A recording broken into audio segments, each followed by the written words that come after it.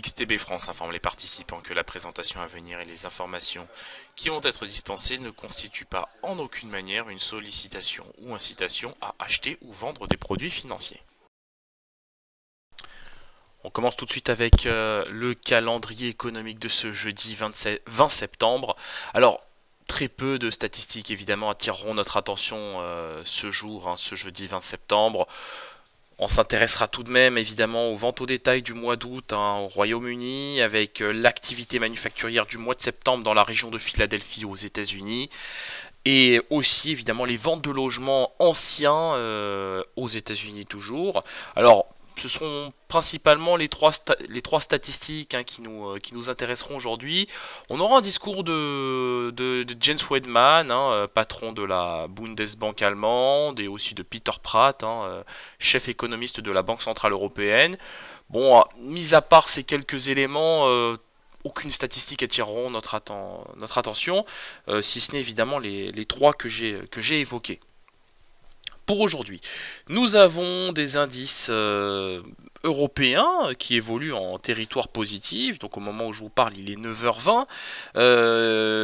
Indice qui évolue en territoire positif dans le sillage des indices asiatiques.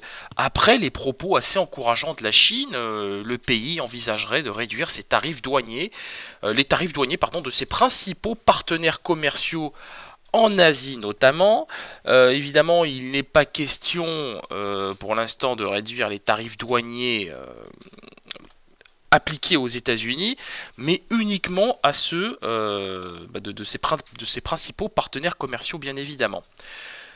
On a aussi eu une autre déclaration ce matin, ou même hier, c'est une déclaration qui se répète, qui est répété par plusieurs officiels chinois, disant que la Chine n'utilisera pas le yuan comme outil pour tout simplement rendre son économie plus compétitive. Le problème étant que le yuan chinois a quand même perdu 6% depuis la mi-juin, donc on peut dire que ça permet déjà en partie de compenser les tarifs douaniers que les États-Unis appliquent auprès de la Chine.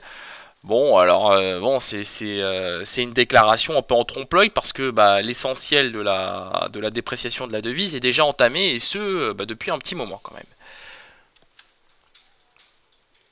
On commence avec l'analyse de la paire euro-dollar qui, vous le voyez, se montre assez résiliente. On évolue vraiment dans une espèce de canal de consolidation entre les 1,1650 et 1,17 dollars pour 1 euro. Pour l'instant, on a une toile de fond assez haussière. Les prix sont portés par les moyennes mobiles à 25 et 100 périodes. On a un RSI qui est orienté à la hausse. Donc, sans grande surprise, on devrait rallier le niveau des 1,17 dollars, voire même 1,1710, je pense. Maintenant, la question est de savoir si on arrivera à s'affranchir de ce niveau de prix. Parce que je tiens à rappeler qu'on a un objectif à 1,1768, notamment en D1, au travers d'une moyenne mobile à 200 jours. Donc de mon point de vue, on va finir par rallier ce niveau de prix, mais bon, la question c'est quand. Évidemment, je ne pense pas que ce sera aujourd'hui. Demain, je peux pas non plus me prononcer sur demain, il y a encore trop de...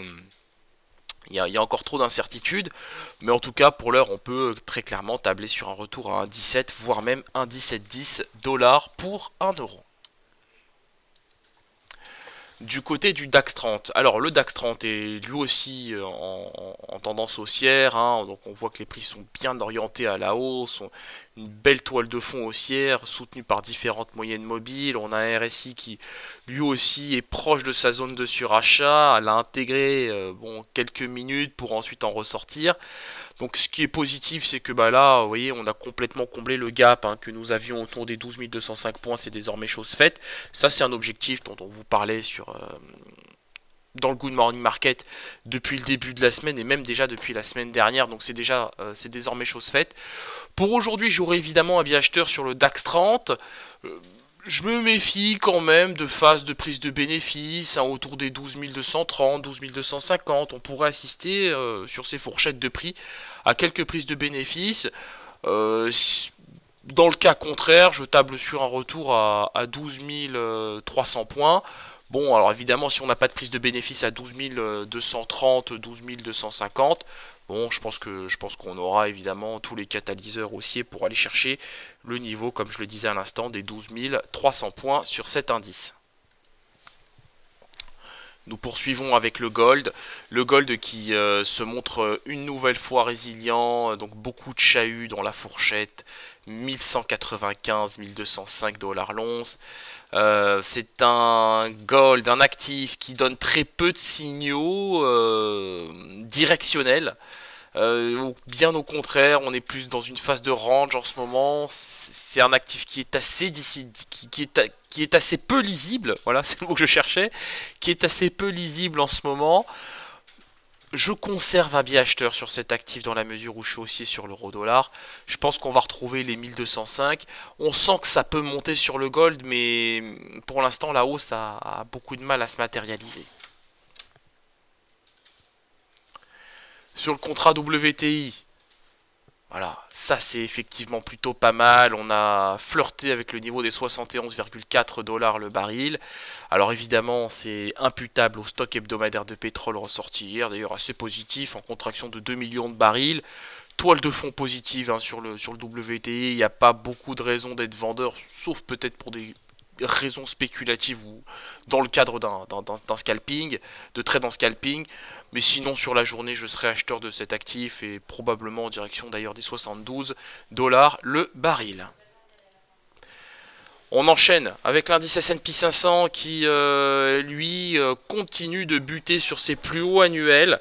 Alors évidemment on n'a pas encore de phase de prise de bénéfice sur l'indice S&P 500. Pour l'instant on a des prix qui tentent de consolider sur les plus hauts annuels. En cas de normalisation des cotations, passez-moi l'expression, je pense que nous pourrions retrouver le niveau des 2920 points, voire même 2922. Maintenant, comme je le disais sur le DAX 30, on n'est pas à l'abri d'assister à une phase de prise de bénéfice sur les indices. Hein. On est vraiment sur des niveaux de résistance majeurs. Donc, bon, pourquoi pas. Donc la question des prises de bénéfices se pose évidemment, hein, elle est légitime, j'ai même envie de dire. Maintenant, il se peut parfaitement qu'on n'en soit pas là et que la hausse soit susceptible de se poursuivre. Ce qui me fait dire ça, c'est tout simplement le fait que les cotations plafonnent autour des 2917, 2915, 2916. Donc dans ce contexte, j'aurai quand même un biais acheteur en direction des 2920 évidemment, voire même 2922. Mais je ne serais pas étonné d'assister à des prises de bénéfices sur cet actif. Voilà, tout simplement. Le Bitcoin qui lui aussi n'est pas très clair. Hein, bon, alors évidemment, avalement haussier. Ah non, c'est pas vraiment un avalement haussier. Je pensais que dans un premier temps qu'il s'agissait ici d'un avalement haussier, mais en fait non, c'en est pas un, puisque le corps n'englobe pas complètement le corps de la bougie baissière. En tout cas pour l'heure, on a des prix qui évoluent à l'intérieur d'un triangle ascendant. Et des cotations qui sont en parallèle soutenues par les moyennes mobiles à 7 et 21 périodes. Donc sur le Bitcoin, j'aurai évidemment un biais acheteur en direction des 6400. En cas de franchissement de cette résistance, pourquoi pas un retour sur le niveau des 6476 dollars pour un Bitcoin. On se quitte sur cette note. On se retrouve évidemment aujourd'hui à 15h15 pour notre séance de live trading. Alors, du côté des indices, hein, avant de se quitter, donc la toile de fond est toujours positive. Hein, seul le FTSE 600 évolue en territoire négatif, mais je pense que la tendance est clairement imputable à l'évolution de la livre sterling. Maintenant, concernant le DAX 30, le CAC, le Eurostock 50, le FTSE MIB, le SMI, l'IBEX 35, voilà, on n'a vraiment que des indices qui sont orientés en territoire positif. Du côté des futurs américains, seul le Nasdaq est flat à moins 0,03%. Maintenant, effectivement, le S&P et le Dow Jones sont eux déjà effectivement en territoire positif. Merci à vous et à tout à l'heure.